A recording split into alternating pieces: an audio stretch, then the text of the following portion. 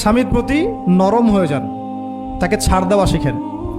সবচেয়ে বড় কথা, তাকে মহব্বত করা তো অবশ্যই জরুরি, মহব্বতের চাইতেও বেশি জরুরি স্বামীকে বিশ্বাস করা এবং তাকে সম্মান করা। এমন কোনো কথা এবং কাজ না করা যেটা স্বামীর গায়রত বা ব্যক্তিত্বে আঘাত করে। ভালোবাসা অনেক গুরুত্বপূর্ণ বিষয়, কিন্তু ভালোবাসা শুধুমাত্র একমাত্র গুরুত্বপূর্ণ বিষয় নয়। আরও গুরুত্বপূর্ণ বিষয় হচ্ছে বিশ্বাস, সম্মান এবং আনুগত্য। এখন বলতে পারেন যে আমার স্বামী আমাকে অন্যায় কাজে আদেশ করলে কি আমি আনুগত্য করব? কখনোই না।